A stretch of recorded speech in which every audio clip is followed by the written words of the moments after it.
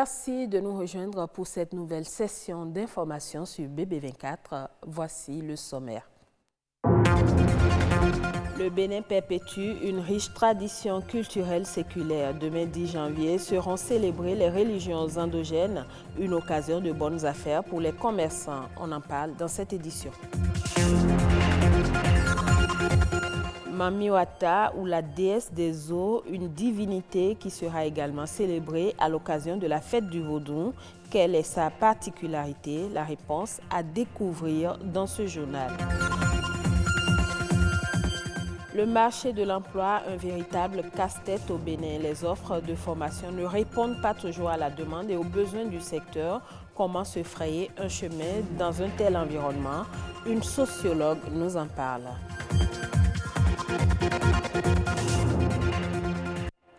Au Bénin, le marché de l'emploi se caractérise par une forte croissance. On note chaque année une augmentation de près de 150 000 jeunes sur le marché du travail. Malheureusement, les offres de formation ne répondent pas toujours aux besoins du marché. Dans un pareil environnement, comment tracer son chemin? Ablawa Bokor est sociologue spécialiste des questions de jeunesse. Elle nous apporte des éléments de réponse et c'est au micro de Stanislas Lenko. Il y a un travail en amont qui devrait se faire, non pas seulement par les parents, mais maintenant si nous prenons les parents, c'est vrai, ils doivent faire un suivi, ils ne doivent pas choisir pour le jeune, mais ils doivent orienter le jeune à choisir déjà une série au collège et ensuite une filière à l'université. Ils doivent suivre leur enfant déjà au bas âge pour savoir ce que l'enfant aime faire, quelle est sa passion, quel est le domaine dans lequel l'enfant est vraiment épanoui. Et là, lorsqu'il s'agira de choisir, maintenant, ils pourront dire à l'enfant, mais moi, je te vois beaucoup plus dans ça, parce que tu sais mieux faire ceci, en donnant des arguments et en amenant l'enfant à choisir lui-même. Donc, le parent n'est pas là pour choisir pour l'enfant, non, mais le parent est là pour orienter l'enfant. Et lorsque ce travail d'orientation n'est pas fait, et déjà en amont, c'est qu'on retrouve sur le marché de l'emploi des jeunes qui cherchent seulement un emploi pour survivre et non pas quelque chose qui les passionne. Et ça pose encore d'autres problèmes pour les entreprises. Du coup, on ne va pas reprocher aux entreprises de chercher beaucoup plus de personnes compétentes, non. Et donc, c'est à ce jeune-là de pouvoir s'adapter aux besoins pour continuer. Un jeune est capable de transformer juste un stage non rémunéré en emploi. Parce qu'il aurait montré de quoi il est capable, il aurait montré la compétence qu'il a en lui, il aurait montré vraiment qu'il est capable de faire quelque chose. Et bien plus encore, il aurait montré à l'entreprise qu'il a la compétence qu'il faut pour résoudre un problème de l'entreprise, qu'il a la compétence qu'il faut pour répondre à un besoin de l'entreprise. Et là, du coup, l'entreprise ne veut pas laisser un tel jeune partir. L'entreprise va chercher à maintenir ce jeune-là parce qu'il résout un problème, parce qu'il comble un besoin. Demain 10 janvier, un jour spécial pour toutes les religions endogènes du Bénin. Cette année, notre pays va encore célébrer la fête du Vaudou. La ville de Ouidah sera encore au rendez-vous de cet événement culturel qui draine des milliers de touristes étrangers. Moment propice pour eux de se procurer des œuvres d'art dans le marché créé à l'occasion de la dite fête. Les précisions dans ce reportage. Negotiation, yeah. Let me think better. Yeah. I don't want to... Négociation du prix d'une œuvre artisanale entre touristes américaines et artisans béninois. 10, 25. Marché conclu. Elle achète une girafe sculptée sur bois à 7 500 francs CFA et paye en dollars. Francs CFA, 7 500. En dollars, avec 15 dollars. L'artisanat traditionnel béninois s'est révélé aux touristes en visite à Ouidah. Une flopée d'objets d'art inonde le marché qu'occasionne la fête du Vaudou. Des masques, des divinités, des statuettes et fétiches, des sculptures en bois, des calebasses à l'effigie de Ouidah et du Bénin, des bijoux, des perles et accessoires de mode. Toute la galerie des œuvres d'art est mise en valeur. D'un vendeur à un autre, les touristes achètent à compte-gouttes. Dame Chantal peine à faire un bon chiffre d'affaires. Depuis 3 jours que je suis ici, ce sont des Blancs qui passent pour voir les articles et ils font leur programme pour revenir. Ils n'achètent pas automatiquement. Je vends des œuvres d'art, des colliers, des ceintures artisanales, des bracelets, calebasses, sacs calebasses, des fautons, plein de choses je vends. À la porte du non-retour, sur la plage de Ouida, la fête du vaudou et des religions endogènes séduit les regards. Moment de bonnes affaires pour commerçants ambulants et jeunes entrepreneurs. Un bon chiffre d'affaires sur la plage pour le festival de vaudou, c'est très possible. C'est possible parce qu'il y a ce qu'il faut. Le business, je trouve déjà que c'est très intéressant parce qu'il y a vraiment la clientèle, il y a des clients vraiment potentiels, que ce soit les Béninois, que ce soit les expatriés, que ce soit les touristes, un peu de tout. 10 janvier à Ouida, une nouvelle page de l'histoire de la fête du vaudou est écrite. Des images resteront en souvenir. Ces acteurs du tissu économique ont su également booster l'économie du tourisme.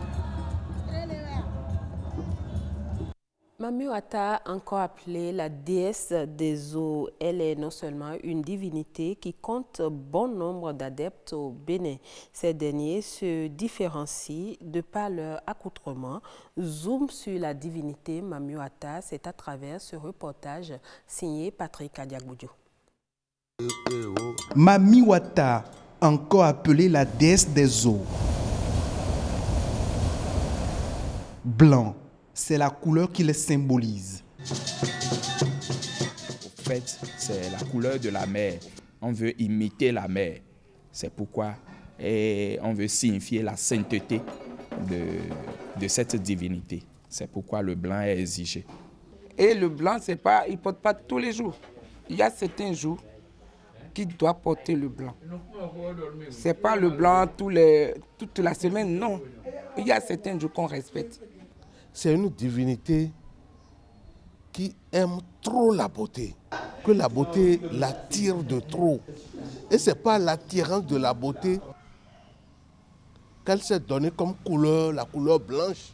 Cette prescription est respectée non seulement par les prêtres et les prêtresses, mais aussi les adeptes.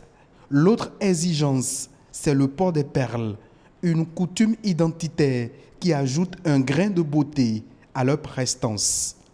Si vous voyez la dame qui est à ma droite, vous verrez qu'elle a une perle au pied gauche et elle a nécessairement un bout de pain noué qu'elle a mis sur son épaule. C'est ça qui signifie qu'elle est une prêtresse. Une fois avoir son perle au pied gauche, elle est une prêtresse.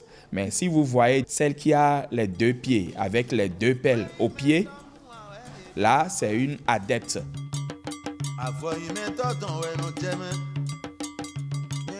Au cou d'un prêtre de Mamidan, vous verrez cette perle-là qui signifie que quand un initié vous voit avec ça, il sait en même temps, même sans les perles de pied gauche là, il sait en même temps que vous êtes un prêtre ou une prêtresse. Le chapeau, c'est pour les dignitaires, c'est pour les prêtres du culte. Et nécessairement, ça doit être un chapeau blanc.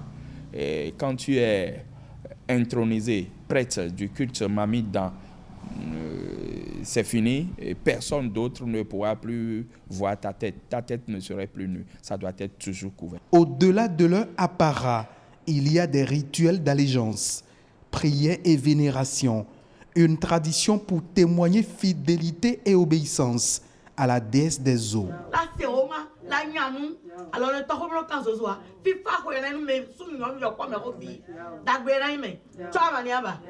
Des pas de danse et des chants pour magnifier la puissance et la bienveillance de la divinité Mami Wata, une divinité vénérée au quotidien dans les temples et couvents des religions endogènes.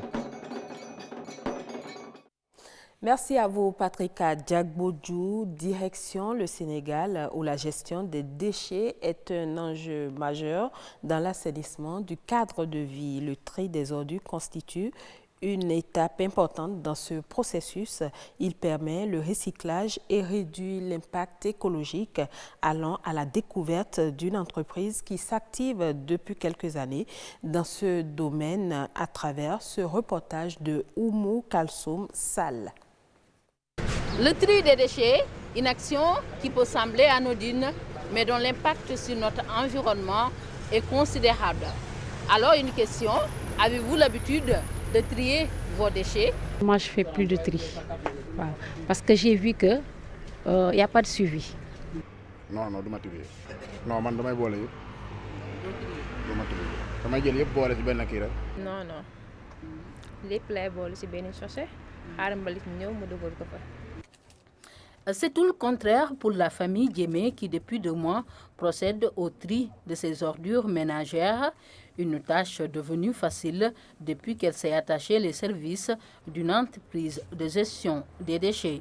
C'est plus sain, c'est bon pour l'environnement. Déjà on est assez pollué, c'est mieux comme ça. C'est eux qui mettent à notre disposition des bagues, des sacs poubelles. C'est plus rentable, c'est plus facile maintenant. C'est aussi le cas pour le couple Tchongan qui avait du mal à gérer le tri avant. C'est quand je suis arrivée à Dakar, venant d'Europe, on m'a dit ici on met tout dans une même poubelle. Et j'ai dit non, ça c'est pas possible, j'ai pas appris ça. Donc j'ai cherché longtemps des solutions, je l'avais trouvé par moi-même. J'ai amené aux dames des cacahuètes, les bouteilles et comme ça, mais ça me prenait beaucoup de temps. Donc la solution de Cyprovis, en fait, ils viennent eux-mêmes chercher mes déchets à la maison, j'ai pas besoin de m'en occuper. Et je sais qu'ils sont bien valorisés.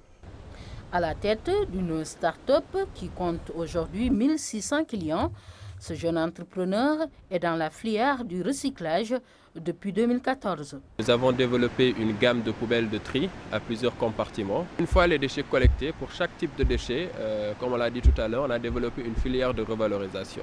Par exemple, les déchets aluminium, on travaille avec les artisans locaux sénégalais des villages artisanaux qui recyclent aujourd'hui l'aluminium. Pour les déchets plastiques, par exemple, ils sont recyclés pour faire des chaises, pour faire des seaux. Pour les déchets organiques, on en fait de l'engrais.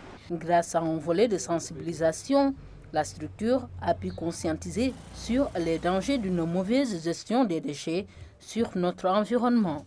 Donc en triant le maximum de déchets possible, le maximum de déchets revalorisables pour qu'on réduise aujourd'hui le flux de déchets qui va finir leur vie à la décharge ou qui vont finir dans les océans. La valorisation des déchets commence à devenir une véritable industrie au Sénégal.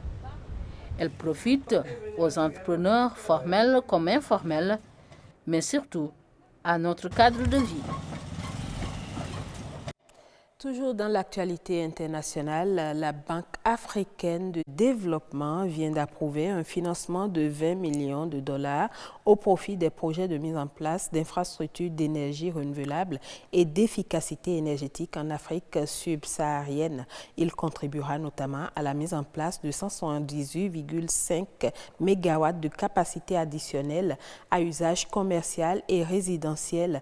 Ce faisant, l'institution financière entend également créer des opportunités pour le traitement industriel des eaux usées et la production d'énergie à partir des déchets. Les projets financés devront en effet se conformer aux normes et aux standards environnementaux de la banque afin de réduire au maximum leurs risques potentiels sur l'environnement. Et voilà qui met un terme à cette édition. Merci à vous tous de l'avoir suivi.